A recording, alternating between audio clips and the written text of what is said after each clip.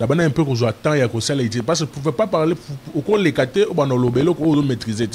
Je devais au moins prendre mon temps et maîtriser l'eau moko. Et là, maintenant, je suis prêt. Donc, celui qui viendra m'affronter, il faut avoir ma casse. C'est-à-dire que Maramounion, Sozo Loboyo, aux Andés na maîtrise nango. Oui, dans la maîtrise. Aux Andés na vraie version nango. Vraie version nango. Donc, peut-être vous êtes peu prêt pour un débat contradictoire. Oh, vous êtes prêt à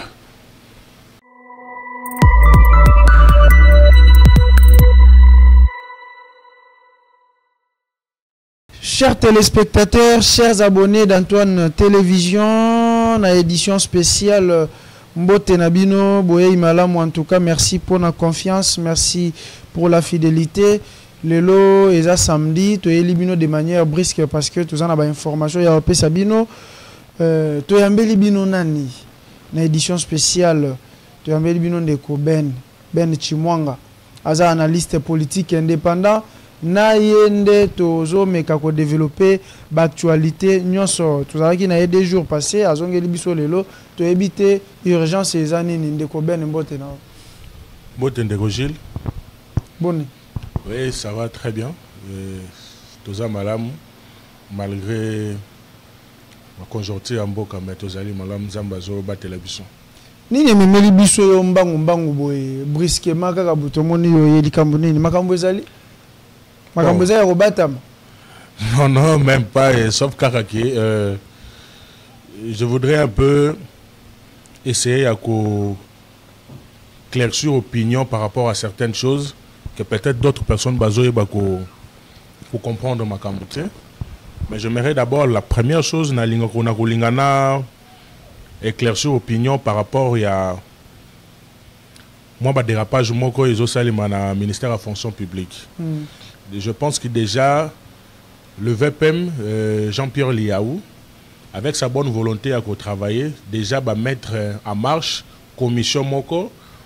Déjà, entre le ministère, il y a budget, Nabango, pour trouver solution par rapport à la revendication, il y a agent. Mais toutefois, Kobo, ça a dit que certains politiciens profitent pour manipuler agent par rapport à Makambo et Salema.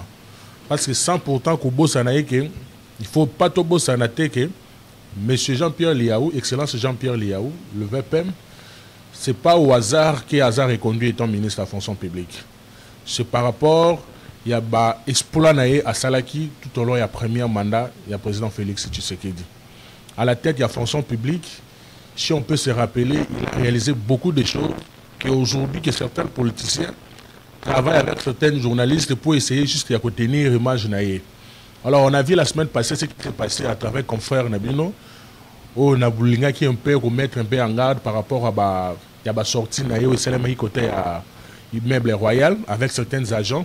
Or déjà il y avait une négociation qui était faite par rapport à la revendication à l'agent. Les agents réclamaient certaines primes, ou déjà solution et c'est Salemi. Mais juste, ils ont un peu freiné. Toujours là. Commission, il y a pour un traitement T4 2024. Je pense que d'ici fin d'année, il y a touché où ils allaient droit à Bango. Donc, c'est tout à fait normal que les agents pouvaient se revendiquer. Mais déjà, syndical Nabango, syndicaliste Nabango déjà paie, tu vois qu'il y a déjà solution. Mais quand moi, un bon matin comme ça, des copiteurs, Tiani, Abimi, na quelques agents oyo baza juste manipuler batindi bango na moi coin pour tenir image ya excellence Jean-Pierre Liaou oyo peut-être biso lelo to comme go joyer tozo pesaye moi respect par rapport à musala na osala kolega na ba ministre mususu. Donc alors na ko essayer bisa population qui bazala vraiment attirer na ba makelele wana ezo lekate. Les choses sont très calmes à la fonction publique, rien n'est bloqué comme Batbazoloba. Et tout est clair. D'ici là, déjà, les gens qui réclament, pour réclamer droit à Bango, ils seront tellement servis les bien. Non. Je ne pense pas que les gens ils ont moutement dans la Simana Bango, mais Azo Saloko Poussé Bango. Parce qu'il y a aujourd'hui c'est pas n'importe quel ministre. Le seul ministre qui a travaillé qui m'a cassé. Il a travaillé et puis il continue de travailler. Le gouvernement a Samalokonde. Comment il Kambumoko et Yebo et Amouké Natamoko Amouké Batuba a démission. Non, c'est juste que non, ils ont une guerre politique. Ils ont une guerre politique, alors ils se profiter. Moi, mais on va s'en charger de ça. Je pense que vérité qu'on finit qu'on se trouver et Eliaou sera sain sauf comme il a été à travailler à Moussala très bien. Ok. Par rapport à la question dont vous m'aviez posée, je pense que dans les cas qui une émission Namikolo et Utikoleka, j'avais essayé de parler sur quelqu'un, un monsieur qui avait dirigé la DGI à l'époque, et puis il avait dirigé une direction qu'on appelle la Direction Générale de la Dette Publique, DGDP en sigle, et aujourd'hui, vu sa malgérance à Gérard Kimabé, raison pour laquelle Tokomagi, et que les lots partis politiques qui n'aient nous allons y arriver, on a proposé à de Gérard. Alors, étant compatriote, moi passe. Alors, je ne sais pas si mes propos, ils allaient qui m'abaient. Je ne sais pas. Certaines personnes, et j'avais vraiment eu des attaques par rapport à ça. Ce qui m'avait vraiment poussé de revenir pour leur dire encore plus par rapport à ce monsieur. Alors, le monsieur, Laurent Batoumona, il est président d'un parti politique, mouvement Mouvement de solidarité pour le changement. Oui, je travaillais avec lui. Et dans Katia Mosaïque, il y a parti parce qu'il avait certaines mosaïques. À part MC, il avait APCO, il avait aussi MC, aussi AMC tant que parti. Alors, Bijou Ozala qui n'a APCO, nous avons travaillé dans APCO, qui aujourd'hui nous regrettons même pourquoi nous avons travaillé à APCO tout en étant proches. Parce que nous n'avons pas bénéficié au contraire, c'est comme pour applaudir. Or, la génération où toujours vivre, on n'a pas le temps d'aller à produire quand on a des politiciens. C'est pratiquement impossible. Alors, M. Batoumona, ce qui est le DGI, je pense que les journalistes, Salata Joum sous descente, qui t'a na DGI, Betali Sokan de Batoumona, les gens, ils savent la DGI. Ils savent de quelle manière ce monsieur a tué la DGI. Il y a un mauvais souvenir. Batoumoussou sous l'élo na DGI. Bakima Bisala. Bakota Bakacho. Bamoussou Bakota Mabele. Juste à cause de ce monsieur. C'est une malgérance. C'est l'une des raisons même qu'il y a Kenaga exil. Parce que sans oublier que ce monsieur a Kenaga exil. À l'époque où Laurent Désiré Kabila à côté, à Kimaka, il venait poser-vous la question pourquoi à Kimaka. Vous comprenez?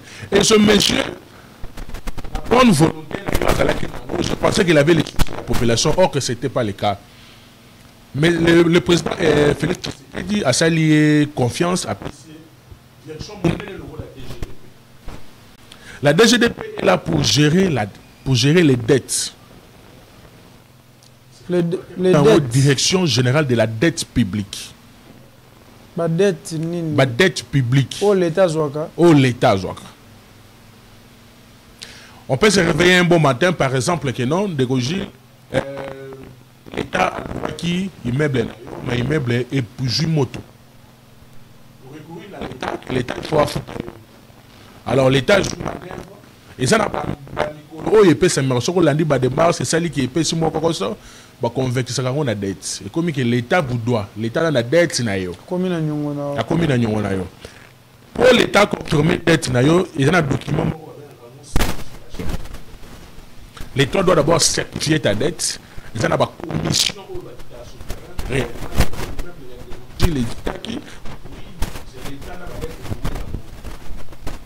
Quand vous certifiez la dette, la deuxième étape, on vous confirme la dette. Confirmation, ils allaient par année. Si on confirme en 2023, par exemple janvier 2024, la confirmation est expirée le sous en janvier 2025. au salaire sous confirmation. Mais la certification, ils ont la rara. Au salaire la confirmation, ceux qui va foutre en union. Bon, ça va la confirmation. Non, la confirmation, c'est la rara. Il faut qu'à passer la confirmation sur la certification. Okay. Ouais, il faut qu'à passer la confirmation. Maintenant, quand M. Kazadi est arrivé étant ministre des Finances, DGDP et la direction OYO, nous continuons à ministre des Finances. Ministère des Finances. M. Kazadi est encore ministre à suspendre la certification. Nous devons d'abord appuyer la dette OYO. Donc, Bafouta nous, mais certifier les sous-soutiens. C'était officiellement. Attends, t'as une expiration coquille. T'as une expiration de la rater. Parce qu'il y a des dettes qui ont 10 ans à 15 ans. Ok. Oh, l'État peut non foutre les alliés. Ok. Bah suspendre la certification à la dette. Donc si disait que l'État a un moyen bah qu'il ne va certifier les alliés. Et tu là nyongo munoko. C'était officiellement. On avait suspendu la certification. Mais officieusement, la CRI, le monsieur qui était DG, en collaboration avec certains, il y a le ministère des Finances, il va certifier la dette. Bazo certifié. Officiellement, c'était non, mais officieusement, bazo certifié la dette. Donc, on a un robata. On a un robata, bazo certifié. Monnaie quoi? On a fait un bon. Monnaie, les pourcentages. Donc, aux ana dette, ils ont non certifié, au coup de coopérer. Batunaye bazali bake na finance ba coopérer na bata finance ba certifier le dette ba fouti par exemple quand elle a 10 millions ba fouti bon ba ju pourcentage pour une bonne. Donc ce qui net il était zaki na nyongo na nga ya $100 na qui pas na bango na négocier ba certifier lettre wana ouais ba certifier le yango ba confirmer le c'est $100 yo reçoit $70 pour $30. OK. Et c'est ce qui est sans que ministre de finance ayeba. Ministre de finance pas ayeba. Parce que la certification, c'est une commission aussi dans le ministère de la Finance. Je sais un peu signature. Non, dans la lettre de certification, signature, ils ont raté, il y a ministre de la Finance, il y a signature, il y a directeur général, il y a DGDP, Ndaro signé. Mais ils ont une commission, qu'on a le ministère de la Finance, il faut les aller former. Alors, il faut coopérer avec la commission. La raison pour laquelle tout le monde, le méchant, le DGDP, a dit qu'il y a 10 milliards. On a tout le monde dette intérieure. Il y a Bissau, la République démocratique du Congo. Mais il y a aussi des dettes extérieures. Où ce monsieur se fait payer des dettes extérieures. Yamboka. Tout le monde en a parlé ici. Tout le monde en a parlé. Avant que ce monsieur aille au roi, il y a une institution, organisme qui charge la dette. Je pense que ça peut être l'UNICEF. Je vais un peu bien me rappeler. Basalaki liste. Il y a des dettes où tout fallait foutre. Personnellement, nous à l'époque, tout notre travail nous avons reçu certains cas. Comme on est dans la liste, tout. Quand tu arrives à la DGDP, on te dit que non. Ah, on a des solimba photo lobby, solimba photo lelo, faut tirer la mission pourcentage. Or, c'est quelqu'un. Or, ils ont mbongo yayo. Mbongo ya mutu po bo futa ye, il faut pourcentage. Il faut pourcentage. Pourcentage. Raison pour laquelle les hommes ont battu belé ba fouti bangote, les lots d'être comme 10 milliards. Oh, daki normalement ba fouta ba fouti bangote. Donc bato ba boya ki ko pesa pourcentage. Ba boya ko pesa pourcentage. Automatiquement ba boya pe ko futa. Ba boya ko futa bango. A fouti nesko ba dette mususu. Oh, ezalaki na liste té. Yo moni nyongo etikali. S'il avait mal géré, est-ce qu'on ne peut pas parler qu'il avait mal géré? Il a mal géré. On ne peut que dire la vérité. Peut-être que ça peut aussi l'aider. Il y a qu'au perfectionner, donc moi je l'ai proposé la DGRAD, une grande institution comme la DGRAD, ou même la DGDP, il a d'abord mal géré, il n'a pas pu,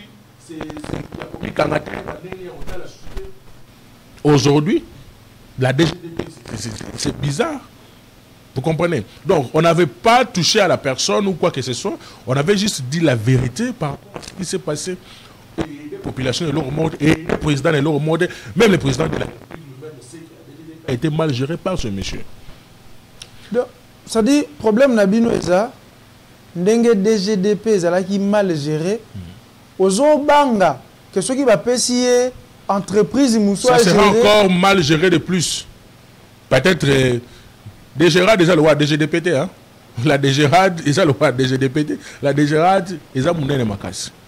C'est là où le ministre des Finances au hasard actuel a outil. Mais c'est Doudou Fom, place à outil. Vous comprenez? Ils ont place à outil. Donc ils ont place morte que Makolo et aussi place. Alors on ne peut pas permettre que non. Les lots on a un mandataire, là carrément. Je préfère Atikalanaye, comment je peux dire, Atikalanaye la partie politique. D'ailleurs, on doit d'abord parler concernant la partie politique. C'est là qu'on a avocat. Pas tout le monde que c'est parce que le roi est pas naïe ou bien parce que Misaki yo député yango. Bon, sur ces questions. Non, sur cette question. Pour la question, il y a qui par rapport à la partie naïe ou bien qui député. Est-ce que lui-même d'abord a bien député?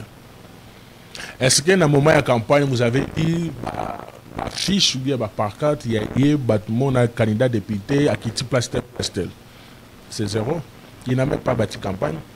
J'ai été candidat député provincial constitutionnel. Dans un parti politique où déjà, il y a un parti politique personnellement, il y a un parti qui est un cabane familial. Parce que dans la cabane, il y a une famille, moi aussi, il y a qui peut poster un parti. Est-ce que pouvez-vous croire que moi qui dis ça, Tokei qui quitte? Tokei qui quitte, tu peux implanter parti. Je te commande qui quitte. Place à là les alates. Mais le cadre est parti, le qui va implanter parti. Heureusement, maïe le ndam to zala na wona tamola mbongo na ngamoro ya poche. Na loi hôtel na lali. Tout ça là, chemin qui quitte, to tamboli qui quitte, toye kenge, toye masimanimba. To zala na place à là te, to tikala ko liate, to lia na mbongo na biso moko. To lala na mbongo na biso moko. To zo mobiliser na mbongo na biso moko. Et puis on a fait les exploits dans Kikwit, j'ai des images, je peux vous montrer un jour. Na zonga ndaku nanga na zonga kiri na bela. On arrive, le monsieur nous donne 10 000 francs à faire d'émission. 10 000 francs. 10 000 francs à faire d'émission. 10 000 dollars. 10 000 francs congolais. D'émission. Mais c'est que j'avais dépensé, il est même pas 300 dollars. Il nous donne 10 000 francs à faire d'émission. Collier hôtel de l'équité, hôtel qu'il faut mobiliser. Tout là, la moutuka, au kitisi, kit, au lali. Kendara bilo kondamu ya golia, le kola ba mapa, ba chocolat, mais tozonga nango. Tozonga nango, avec au kabela ba mulu. Et c'est pour vous me dire que c'est un parti politique. C'est pas un parti politique. Ce n'est pas un parti. Est-ce que vous pouvez me dire siège appartient à Kinshasa? Masse, aujourd'hui, ils peuvent mobiliser les gens qui battent. Mais c'est une erreur. D'ailleurs, Moutou, on a ça qui n'a pas de parti. Lui-même aujourd'hui, il est en train de regretter. Pourquoi? Parce que de la manière dont on a à l'époque, parce que ce monsieur avait à 5 places à la candidat gouverneur à l'époque, Yango Bila. Le col bazalaka bango tuna na ba mamba de pes ba chaka mo poids mais na suka ji ba corps na bongo simbaka te atika la kasima.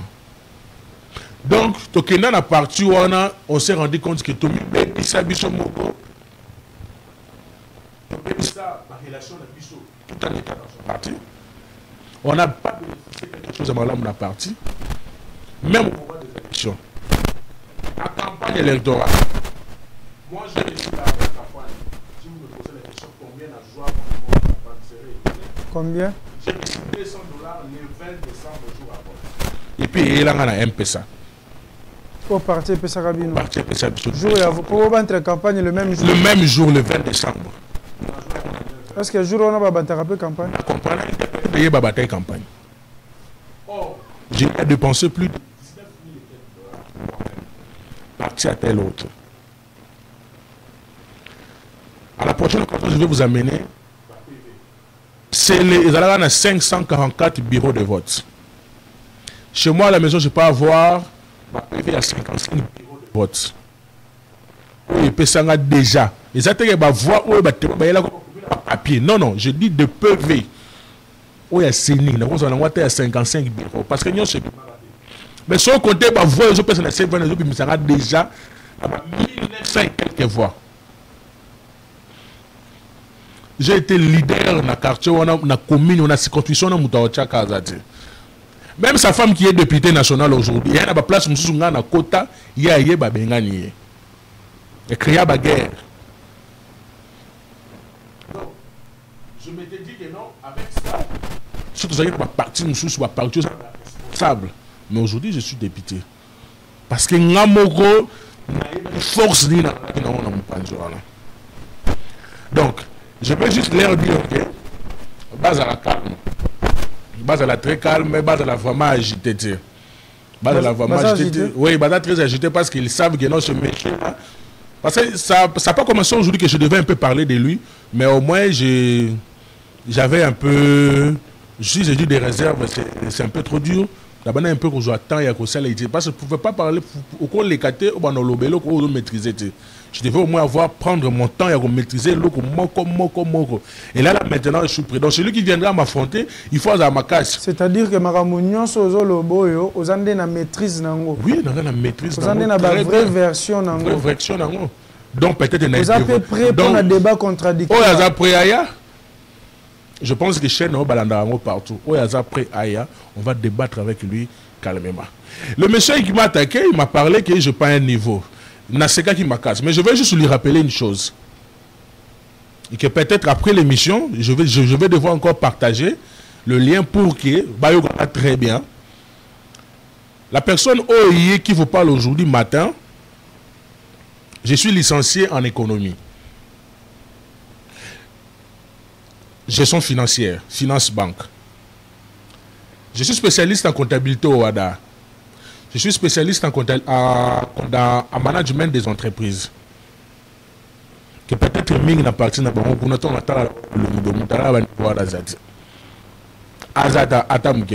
donc je maîtrise bien ce que nous maîtrisons très bien. L'argent, non. Au contraire, nous avons pris notre propre argent et pensé qu'il n'a parti. Nous avons implanté le parti par notre propre argent. Imaginez-vous ce monsieur avec le sombre podium. Cela veut dire que dans un parti au sombre podium, que Moutago a une campagne au copé ça y est, tout ça. Mais il vous refuse de vous donner. Alors, PSAT. L'argent que j'ai reçu de ce monsieur, c'est $1 500. Les jours où on a sali, sortie officielle pour annoncer la population à servir. Je suis parti. Budget qui est 2500. Le monsieur me donne 2500. À travers le secrétaire général de l'implantation. J'ai récupéré le 1500 à 22h. Mais demain, j'ai activité. On arrive le lendemain pour faire activité. Il appelle encore le secrétaire général adjoint. Haïbissé que non. Mbongwane Isaïe été. Azon Selango. J'étais quelque part, je vois l'appel, ce Batman qui m'appelle, me dit que non, j'avais déjà utilisé l'argent. Et le 1500 c'était peu. N'a pas sur 2000 pour lancer l'activité. Je fais adhérer plus de 1900 personnes au sein du parti. C'est pas qu'il y a des gens qui ont des friches. Non, non. Avec des cartes, il n'y a pas. Ma carte d'adhésion et tout. Chez lui à la maison, j'ai été félicité. Donc je n'étais pas n'importe qui au sein à partir. Donc ils doivent être calmes, base à la très calme. On a encore beaucoup de choses à dire. Et on peut faire dire le mandam, on peut ça là-bas, on toujours pas si pour éviter ma camionneuse. Merci Ndeko Ben, merci beaucoup. J'espère que na makamwa Ndeko Laura batumona eloko baksa suzate. Te biloko baksa tellement belé, mais s'il revient encore, je vais encore parler. Merci beaucoup. Avant de côté na moi sujet, moi actualité oyo régné pendant 2 jours. Oyo na sengi na on a régi bache la biso moi Moi, pose comme ça, tout.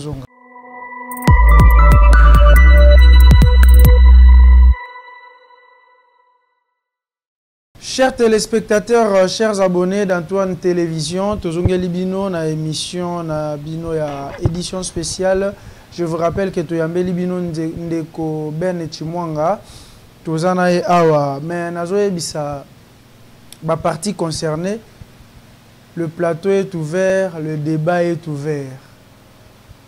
Le droit de réponse est gratuit. Na même nombre de minutes que Oyo Monsieur Ben Chimwanga alobeli makambu ya Laurent Batumona. Même nombre de minutes. Au-delà de minutes, wana ofuteli yango mbongo. Ndeko Ben. Banka ya balèvement na ville province à Kinshasa. Lobby ministre ya communication et médias. Ndeko Patrick Mouyaya. Alobi Boé. Les différentes informations sur ces faits, fait nini, fait enlèvement en ville province à Kinshasa, sont sans fondement, montées de toutes pièces dans le but de discréditer le gouvernement. Car après vérification, le fait s'avère sans fondement. Gouvernement Wangani, Makamba balèvement, Baoloba na Kinshasa, ok, besoin enlever Batou.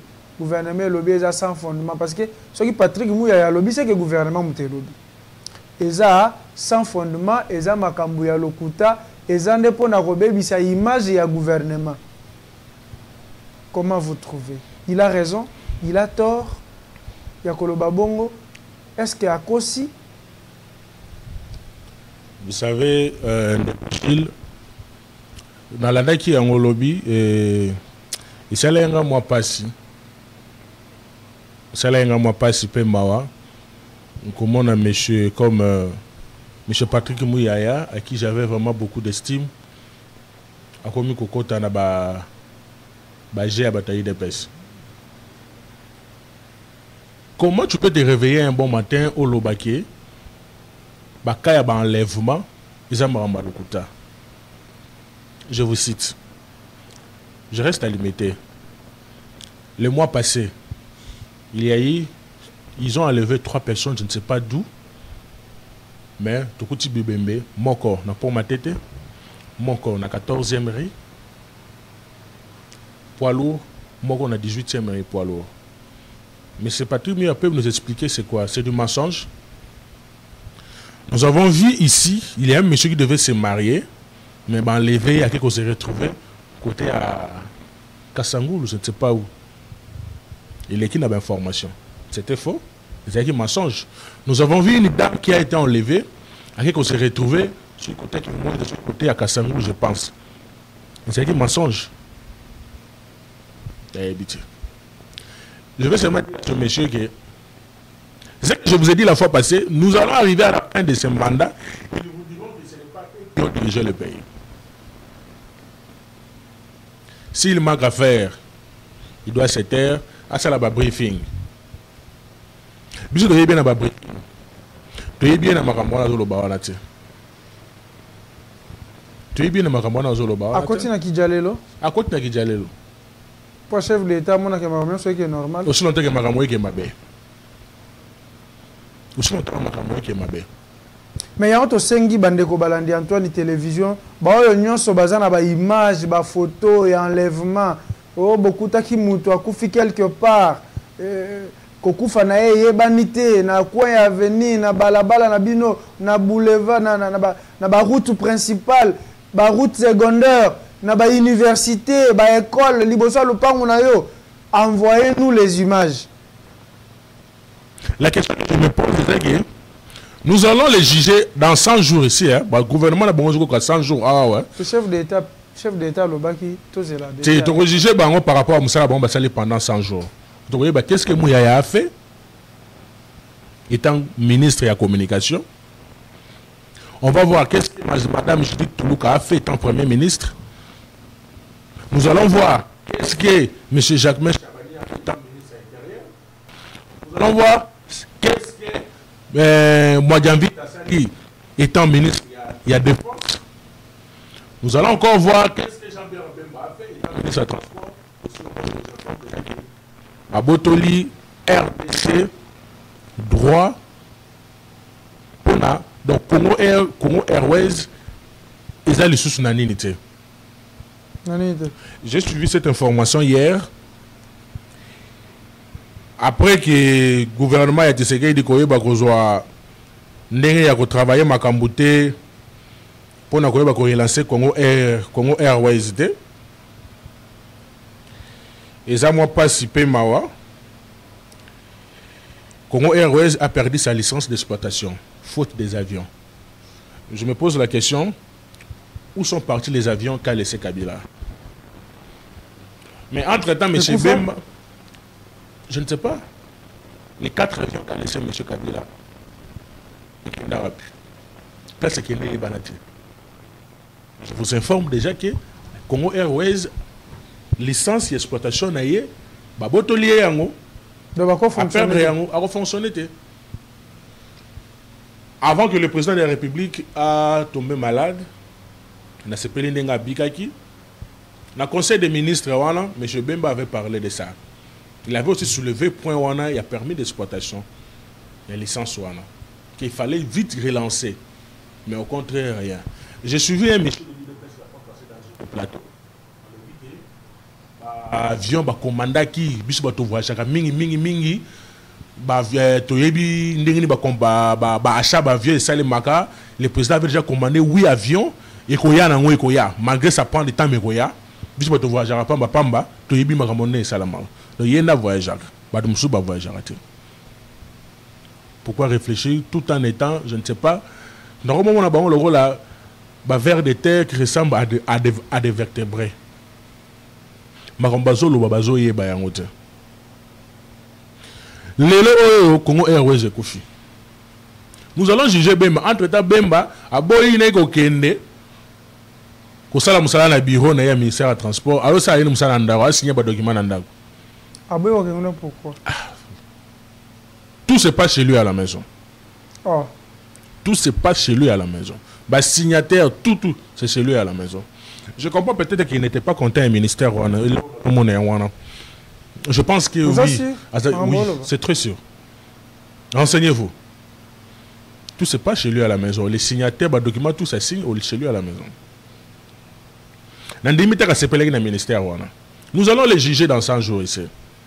Nous allons juger le ministre Yabidje. Et Meboji, qu'est-ce qu'il a fait? Nous allons juger l'enseignement supérieur universitaire. Nous allons juger la formation professionnelle.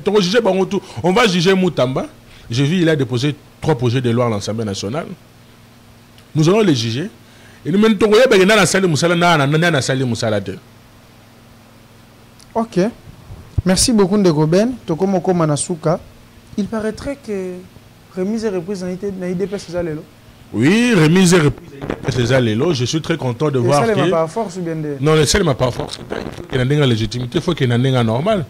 Le nouveau secrétaire général à la Lobina Tombo a fait Etienne Tshisekedi. Et je pense que c'est aujourd'hui à 14h, si je ne me trompe pas, qu'il y a remise et reprise au Salema entre M. Kabouya et M. Deo. Bah, c'est la remise et reprise et puis il est parti. Non, M. Kabouya a demi, c'est quoi? Il y a un boy à Nérénine. Le parti est Zayeda. C'est parti est Zayeda qui a parti. Mais il n'a qu'à laisser partir s'il ne travaille pas bien. Il va relève. Ok. C'est facile. Merci beaucoup, Ndeko Ben. Merci, Lilo Bassou Kezani. Je suis vraiment très ouvert à la personne qui par rapport à... Ce ne sont pas des attaques personnelles vis-à-vis à M. Laurent Batmouna. Je sais que pour moi, c'est un ancien politicien. Il n'a plus de carrière politique. Carrière politique, il n'a essayé déjà, il n'a qu'à rester calme. Alors, je suis prêt. Et je me suis très bien préparé pour les répondre. Les choses vont bien se passer. Et la deuxième chose, c'est que nous avons vu M. Bumba a dit qu'il va donner à 6 000 Congolais du travail pour $5 par jour. Vous voyez déjà l'idiotie au niveau du gouvernement provincial de Magamoué Kende. Donc Bumba, bon, je ne sais pas. Pour moi, vraiment, c'est zéro. C'est zéro. Il y a évité ce qui n'est pas Nabino pour PC combien, mais quant à moi, c'est vraiment zéro. Bon, c'est quoi que c'est le Marocain. Oh. Soyez-en sûrs. Alors, tu peux lancer officiellement participation à génie militaire dans. C'est un manque à faire. Un manque à faire. Pour rendre ville, province à Kinshasa. Manque à faire. Mais moi, je vous avais promis la fois passée que dès que Mboula Liboso et Zobeta, il faut tout ça dans une émission à Kabamba ou bien à Croix-Rouge. Na Katia Mai. Voilà. Pour tout l'exango. Batu belé na minute tu vas comme les langobila makas pour vous dire vrai. Quand on a les langobila, tenga na comme les la kimbuta. Na comme les la kimbuta makas. Collé quand même boum. Merci. Merci Ndekoben. Moi mon tourner à Souka. Ah ouais, ils ont attaque personnelle, mais ils ont pour la gestion à Laurent Batumona. Mais oui, ils ont pour la gestion à Laurent Batumona. Je ne m'attaque pas à la personne à Laurent Batumona. Oui, je ne peux pas m'attaquer à lui, je m'attaque à sa gestion. Il a mal géré la DGI, il a mal géré la DGDP. Il ne peut plus engager à une société montréalais, entreprise montréalais. Parce que parmi les deux, il n'a rien foutu. Il n'a rien foutu, il n'a donné rien comme résultat. Alors on va encore essayer à repasser sur des Gérard, l'équipe même DGDP, au centre à la DGDP à Bomi, en Makas. Non. Mais oui, salité. DG Yamounene à Bomi. DGDP à Mouké, à Sali Lokola, à Bomi, les sous. On va repasser des Gérard. Non. Merci beaucoup, chers abonnés. Merci Ndekoben, Ndenge, Oyaki. Na ba révélation minene aussi ko pesa biso na rédaction Antoine Télévision totondi yo botondi. Merci beaucoup Ndeko Gilles na sepeli. Merci. Chers abonnés, chers téléspectateurs d'Antoine Télévision, édition spéciale et Komi Nasuka. Bon week-end Nabino, tokutani lundi. Merci.